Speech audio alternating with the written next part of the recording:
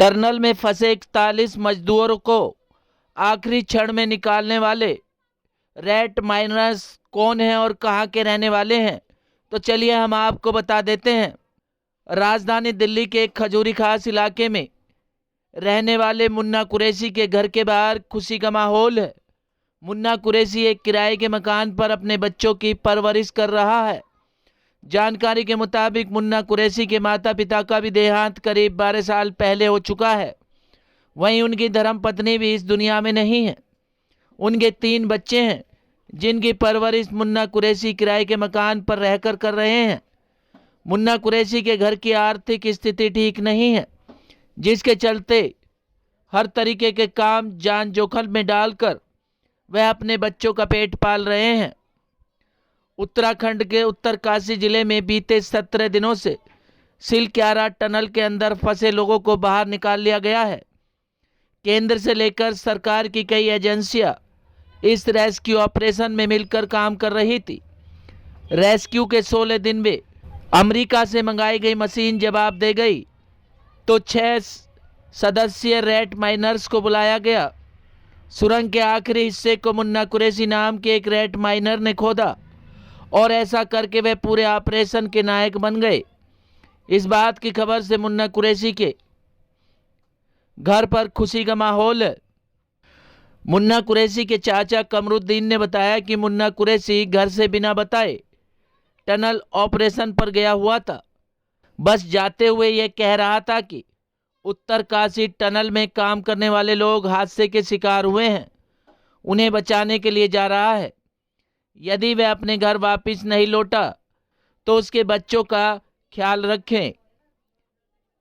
क्या कुछ कहना था मुन्ना कुरैशी के परिवार वालों का, देखिए रिपोर्ट। इंशाल्लाह देखना मैं ही करूंगा इसको, वो बोल के गया था यहाँ से। भाई तो करने वाला तो अल्लाह पाक है, ये नहीं पर अल्लाह ताला भी तो जरिया बनाता है ना। तो इंशाल्लाह देखो हमारे भाई सिंह ने आए, इतना बड़ा बड़ा मतलब काम हुआ वहाँ पे, इतने बड़े बड़े कटर आए, सब फेल हो गए, इतने बड़े बड़े कटर आए, सभी कुछ आया, लेकिन अल्लाह से हमारे भाई ने ये करके दिखाया। आज ऐसा लग रहा है जी मेरा रोंडा वो भतीजा चला गया, 3 बार लगे छोटे किराए पर रहता, छोड़ के चला गया। हमें मालूम नहीं थी कितने खन गया। वो आदमियों की छुट्टी तो वो लुबा के लेगा बेचारा, बाकी संग चला गया। मन्नत जी नहीं, कोई भरोसा नहीं। ऐसे ऐसे कम में वो 40 आदमियों की छुट्टी तो अपने जान बचाने की कहेगा ना, मैं बचाऊंगा क्या मर जाऊंगा। आज वो कामयाबी हासिल हुई है, कैसा लग रहा है, कितनी खुशी है? खुशी हो गई, वो कामयाब हो गए, आदमी बच गए, वो खुशी बहुत बढ़िया है। कौन उनके बच्चों को यहाँ देख रहा था जब वो यहाँ से गए? छोटे छोटे बच्चे हम देखेंगे, हमने देखा था, हमारा भतीजा है वो। ठीक ठीक कहकर गया था कि चाचा मेरे बच्चे हैं तो तुम टाइम टाइम पे उनका ध्यान रखना। और बाकी फोन पे बात होती रही है बच्चों से मुन्ना की, और बच्चों को लेकर के वो वहाँ चिंता में था काफी। कितना रिस्की काम था ये जब गए थे वहाँ पर? काम तो सर रिस्की है कि जहाँ इतनी इतनी बड़ी मशीनें फेल हो जाएं तो वहाँ एक मैनुअल इतना बड़ा कार्य करना, और जहाँ सारी एजेंसियां मेहनत कर रही हैं और सब अपना सहयोग दे रही हैं, वहाँ हम लोगों की टीम ने भी सहयोग दिया और देश के लिए गए वहाँ और देश का नाम रोशन किया और ऊपर वाले ने इनको कामयाब किया। इस चीज़ की बड़ी खुशी है। और सबसे बड़ी खुशी इस बात की है कि हमारे देश के 41 जो जवान हैं हमारे, इनको जवान ही कहेंगे।